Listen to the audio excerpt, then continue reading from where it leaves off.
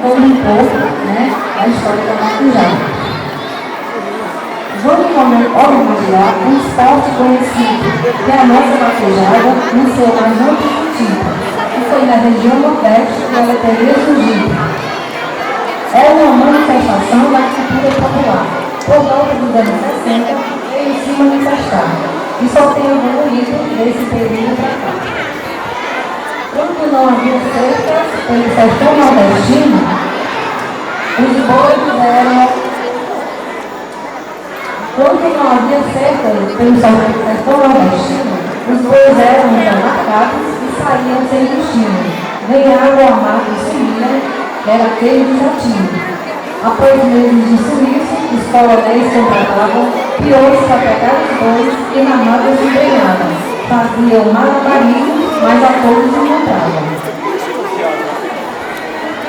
Esses bravos cidadãos mais tarde foram chamados de vaqueiros sertanejos, por terem então no trabalho, mata cerrada e espinhos, um perigo enfrentado. Devido à valentia dos peões percebidos, foi o décadas depois, teria então surgido a vaquejada entre nós, o esporte conteúdo.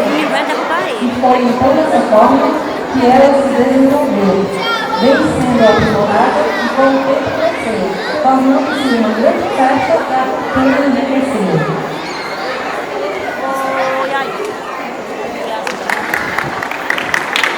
Acabou muito grande. E agora vamos à partilha.